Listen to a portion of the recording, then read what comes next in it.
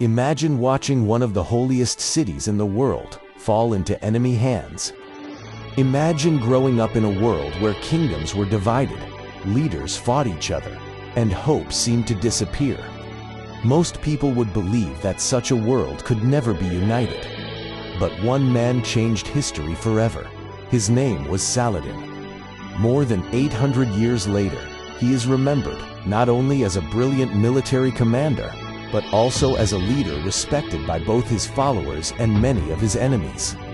Saladin, whose full name was Saladin Yusuf ibn Ayyub, was born around 1137 or 1138 in the city of Tikrit in present-day Iraq. His family was Kurdish and served Muslim rulers of the time. No one could have imagined that this quiet young boy would one day become one of the greatest leaders in history.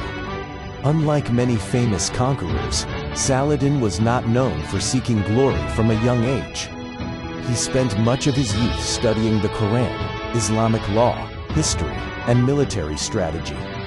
Those who knew him described him as calm, disciplined, intelligent, and deeply devoted to his faith. As Saladin grew older, the Muslim world faced a serious crisis. The Crusader states controlled Jerusalem, while many Muslim rulers remained divided. Instead of fighting together, they often fought among themselves. Saladin believed that real victory could only come through unity. His journey to power began while serving under the famous Muslim ruler, Nur ad-Din. Later, Saladin traveled to Egypt, where his leadership and intelligence quickly earned the trust of those around him. In time, he became the ruler of Egypt. But his goal was much bigger than ruling a single land.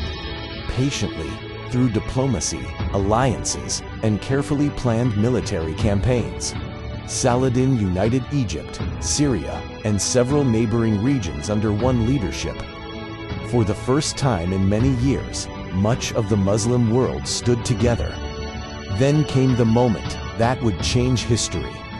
In the summer of 1187, Saladin faced the Crusader army at the Battle of Hattin.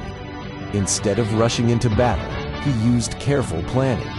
His army controlled the water sources, exhausted the Crusader forces under the scorching heat, and forced them into a position where they could no longer fight effectively. The battle ended in a decisive Muslim victory.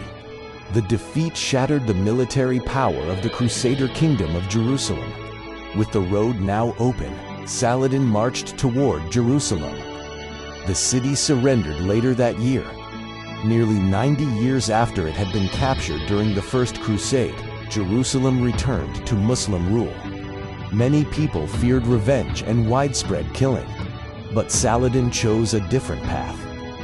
Many civilians were allowed to leave peacefully after paying a ransom, and many who could not afford it were freed through acts of mercy.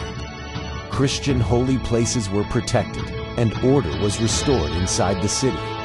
His actions earned admiration, even from some of his opponents.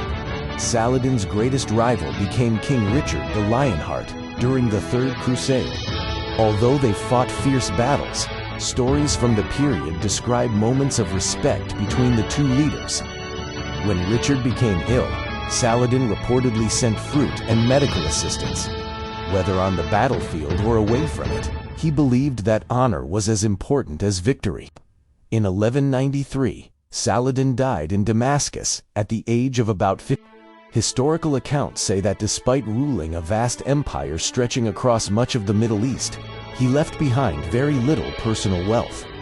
His life had been devoted to his people, his faith, and his mission rather than luxury. Today, Saladin remains one of history's most respected leaders.